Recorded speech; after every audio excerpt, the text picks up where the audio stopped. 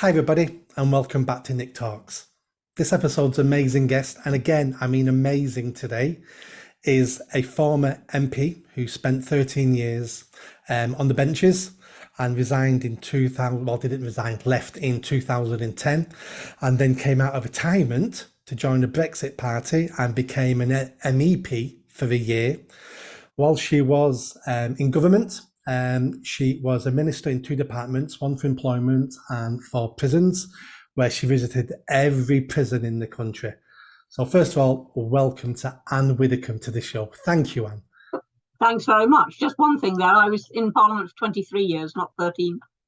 Oh, oh, I've got the dates here. You are correct. I just cannot. I've lost 10 years somewhere then, yes. I can obviously not do subtraction. That's a shining example of our education system.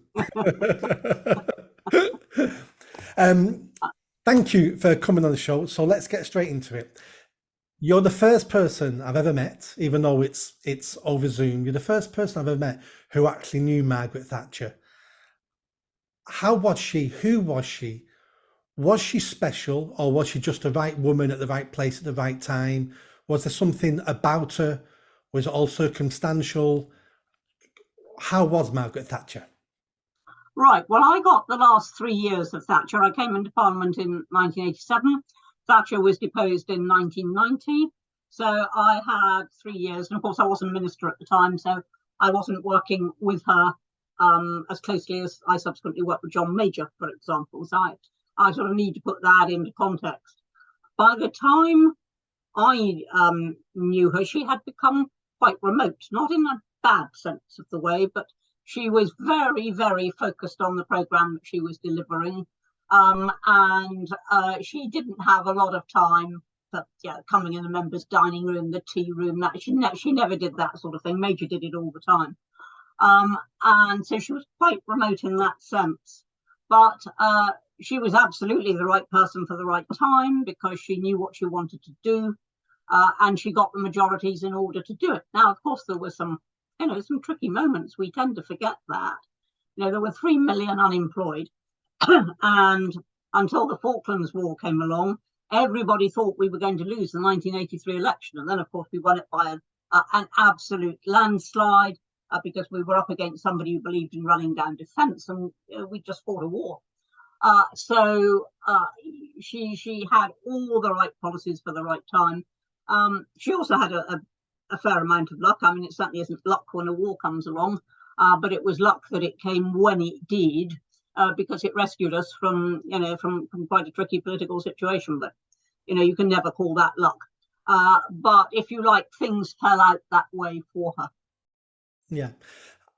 I speak to a lot of people, and I have done now for decades, done a lot of work with young people and things like that. And I remember the 1970s. I was a child, but I remember the 1970s. I remember my house having candles in the house because of electricity strikes. I remember my mum having to peel potatoes this big because that was the only potatoes she could find to buy. And when I've had these conversations with young people, they're like, really? Have you been in a shop round the corner? They've got everything from around the world, and your mum can only buy potatoes that big. The 70s was a different time in our history. And I've got a real sense at the moment that this is where we are now as a nation, is a modern version of the 1970s. We seem to be a failing country, a failing society. We've got so many self-inflicted problems. We've got the rise of socialism and communism. And is it just me, or do you feel, can you see the similarities between now and the 1970s? There are certainly echoes of the 70s about that, no doubt. Inflation. Now, we've grown used to not having inflation to such an extent that we almost now take it as a right for there to be no inflation in the economy. We are protecting when there's inflation in the economy. You and I can remember, when interest rates reached 15%. No kidding. That was what actually happened. So inflation is certainly an echo of the 70s. Trade union strife is a big echo of the 70s. That was what Mrs. Thatcher came in to put an end to, and did very successfully. And of course, the trade unions only do this sort of thing when they sense weakness in the government, and because of the fiascos of First of all, the very short Truss premiership, and before that, Boris and his parties in number 10. Because of that sort of perceived weakness, the unions feel it's okay to flex their muscles. But I'm pleased that Rishi Sunak has held out as well as he has, because I could half see him going for a compromise. But he's been almost Thatcherite in his approach, which is this has just got to come to an end. And he's introducing new law as Thatcher introduced new law to try and control the unions. So that's certainly an echo of the 70s. What I think is rather different is the caliber of politician that we've now got. Now, this has been happening over a long period of time. It's not something that suddenly happened, but I think there are numerous strands in what has led to, I think, quite a drastic decline in the quality of the average member of parliament. We've got very good MPs, we've got very bad MPs, we always have had, but it's the caliber of the main bulk of MPs in between which actually determines the sort of parliament you've got, whether it's resolute, whether it keeps its nerve, etc. And there have been lots of strands that have led to that. One is when both major parties started selecting, not on pure merit, but on quotas. You know, they wanted more women, they wanted more ethnics, they wanted more gays, they wanted more this, more that.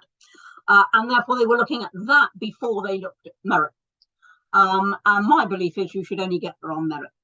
The second thing is Parliament used to be held in great prestige. You know, people respected members of Parliament. Sure, they lampooned us in the press, and we were always the subject of cartoons, and people always joked about politicians' promises. But at root, they respected the institution. That has been eroded for years, and particularly since the expenses scandal. So the net result is you've got somebody very serious who's had a good record of success in the outside world.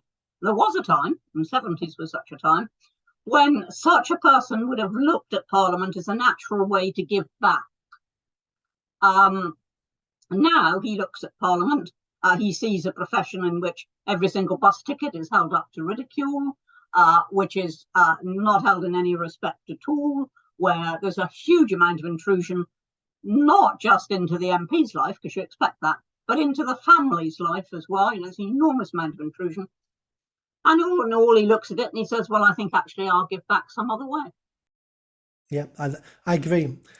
Politics, or being a politician, has become so negative that the best of the best in our country, who have already made it in another field, you know, a top barrister, a top surgeon, why would they want to go into Parliament for the average person, it's a great wage, but not for someone who's the top of their field, it's not.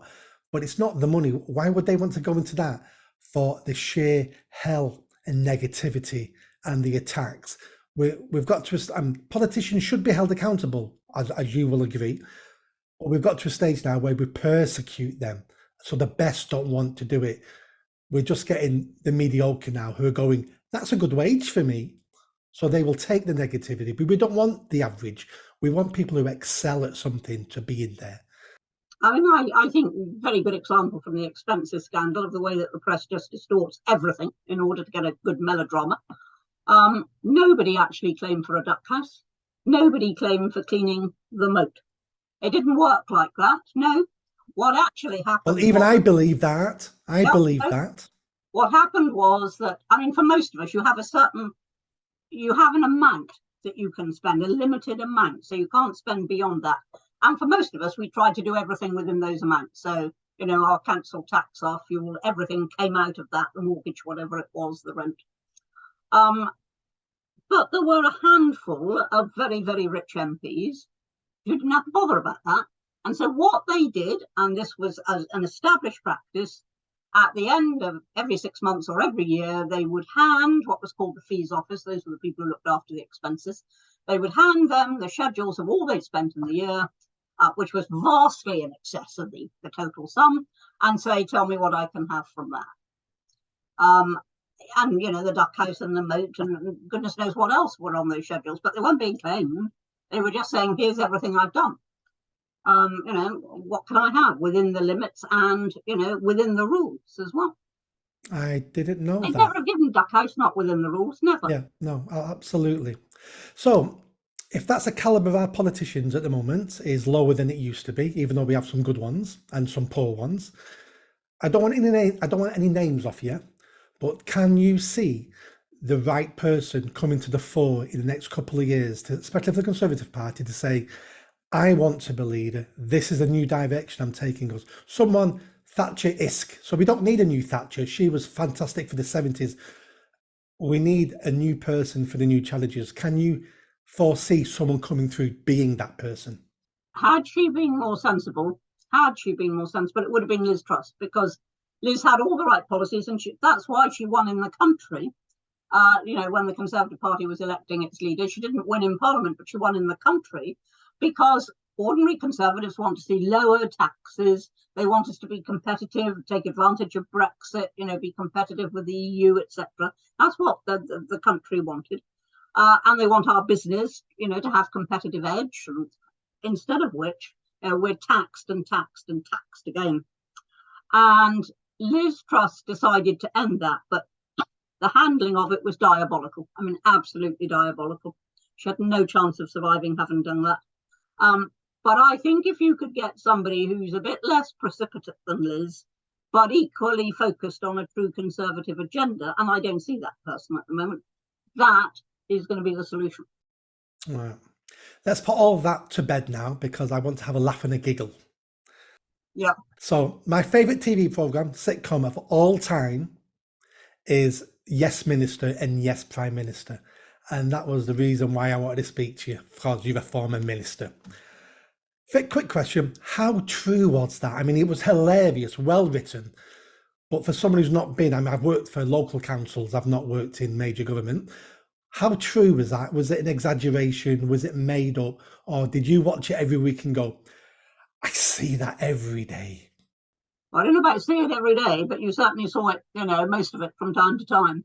And the reason that it was such a success was because it was so true. Now, not true in every little instance, but true overall, true in terms of the general approach. And it's a fact of life that civil servants, who are there after all to do the government's bidding, that's what they're there for, the clue lies in the name servants. Civil servants who are meant to do what the government says always have not so much their own agenda, but they have their own portion, because ministers change every couple of years. If you're lucky, you might get a same Secretary of State for the entire Parliament. If you're lucky, your junior ministers will always be changing. And mostly Secretaries of State change as well. They go in the reshuffles and somebody else comes in. And so civil servants are dealing with short-term personnel and long-term policies. And so they will always see a slight conflict there. But they won't they won't rebel outright. They won't say no, minister. You're not allowed to say that. They'll say yes, minister, but they won't do it. There was a good scene in Yes Minister, or it might have been Yes Prime Minister, so let's just call it Yes Minister, where Appleby is talking to his undersecretary, I forgot his name now, and he's saying to him, are you keeping your minister busy? And he goes, not really, he can do what he wants. He goes, no, this is how it works. We have a minister for about a year. It takes him 3 months to get up to date with what's going on. We then throw him some problems for 3 months. And the next 3 months, we say to them, don't do anything controversial, minister, because there's a reshuffle coming. You may lose your post. He goes, that's how we deal with ministers. I don't think they do it with that degree of plotting, if you like. But that is effectively what happens. If they don't like something you're doing, they'll just go very, very slow on it. Now, I had exactly that problem in the Department of Employment when I wanted to encourage employers to take on people who were past state pension age, because a lot of older people wanted to work, and employers had this fixed view that somehow they were less valuable than the younger folk. And I wanted to get past that view. So I launched a campaign called the Getting On campaign. Well, nothing happened, and I asked for information, and the information didn't come. And in the end, when I was really getting absolutely nowhere with it, I went to see my Secretary of State, who was David Hunt, and I said, look, I think the civil service have got their own view on this, but I'm the minister and I want this done. And David Hunt saw the permanent secretary and said, when a minister says X, you do X, you don't do Y or Z or W, and you don't take your time doing X, you do X. And then we got the campaign off the ground. So, yeah, they can be like that. But, you know, they're much maligned. They're almost as maligned as politicians. Your average civil servant is very, very devoted to it, is very good at it. When I was the pensions minister, I had some extremely bright people there coming up with all the intricacies of pensions and how one thing affected another, etc. They were very, very good like that and very innovative. I mean, if I said to them, how could we do this? You know, they would come back with 4 different suggestions as to how it could be done with the pros and cons of each. And so, yeah, you know, I never had a real problem, apart from the one I've just mentioned. I never had a real problem with civil servants. But yeah, if they wanted to hold something up, they would. And when an election was imminent, they were very, very edgy about, you know, ministers doing things which were going to bind the next government. Very edgy about that indeed.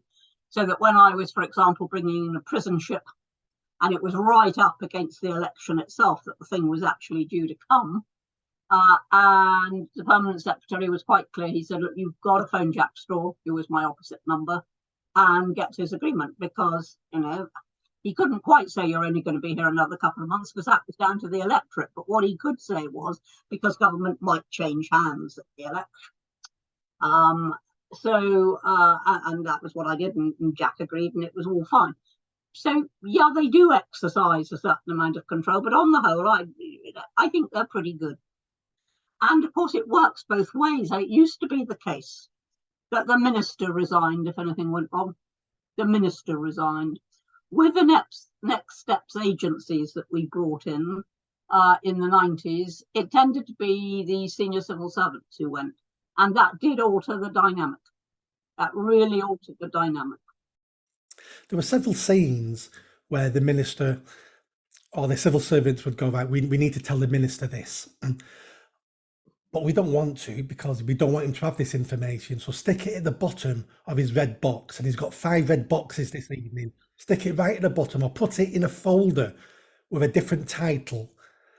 And then we minute that he's had it. And in 6 months' time, when he says, you never told me about this, we can go, but minister, here's the record. You had it on such a day in such a box.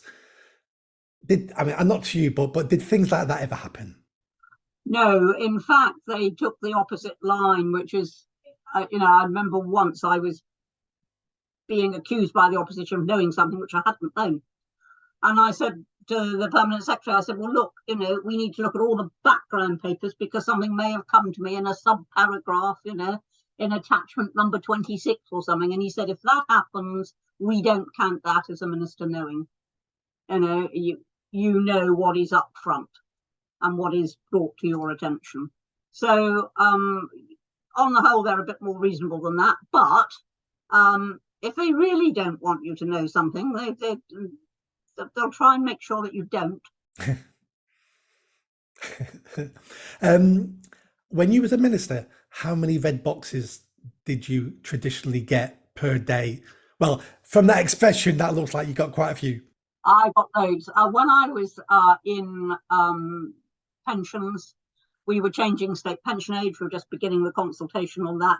And my boxes were just full of letters that I had to sign.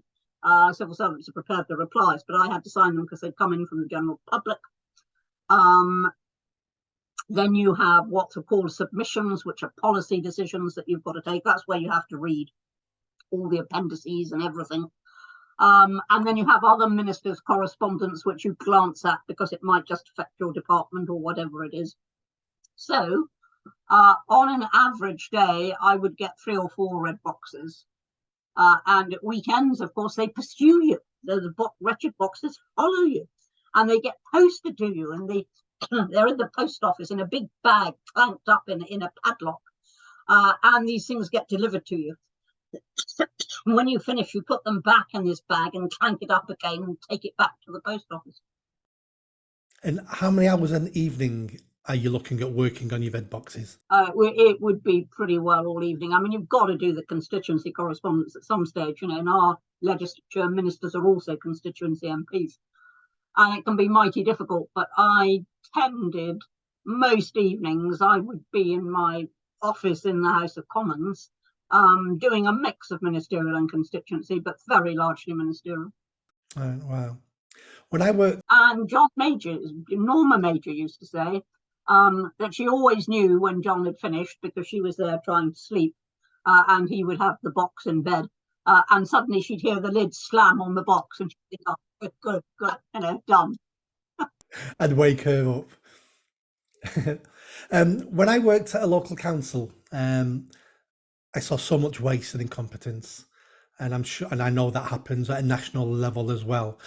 How much of the waste and incompetence is, obviously, if it's down to government, I understand government and ministers trying to hide and it happening because they don't want to get blamed for it. But how much of it in the system is being hidden by the civil service? I don't think there's any deliberate hiding of. I really don't think people trying to hide waste and hide incompetence. It just happens voluminously all the time, and everybody knows that. And inevitably, the government's had a rough ride over PPE during the COVID crisis. But the fact is that if you're in that sort of emergency situation, you'll try to find it wherever you can find it. You've got the whole globe competing for a limited supply. You're going to try and get it wherever you can get it. You are not going to spend 6 months looking at all the, the comparisons. So yes, inevitably you'll make a few mistakes. And the nation must just accept that. That was the price of getting it done. Yeah, no, I agree. And I think what governments need to do is to be as quick as possible about highlighting their own mistakes and saying, we're human. We try to get as much as PPE as we could. We've bought some wrong stuff. It's when it's what usually brings down governments. And, we remember this from the, was it the Watergate incident, where it's always the lying that brings down politicians. It's usually not what they've done. It's usually the lying and covering up that brings them down. Well, actually, I don't think there's that much lying and covering up. What there is, because you're always being required to respond on the hoof. You're always getting a microphone thrust in front of you, or you've got a journalist on the other end of the telephone, or you've got some of the opposition standing up in Parliament, and you're always expected to answer definitively on the spot. And this was where Boris came unstuck, because Boris would just answer as he thought was right. And then, of course, later when he looked at it, that answer wouldn't stand up.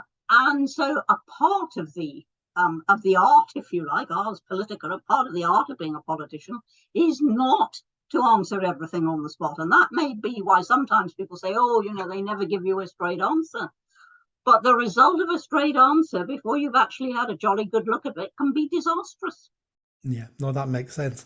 This little conversation we've had now has made me appreciate our civil service a bit more and made me appreciate our elected politicians a little bit more, because you've really explained the difficulties they face and sometimes the unfairness they face. It's easy to blame.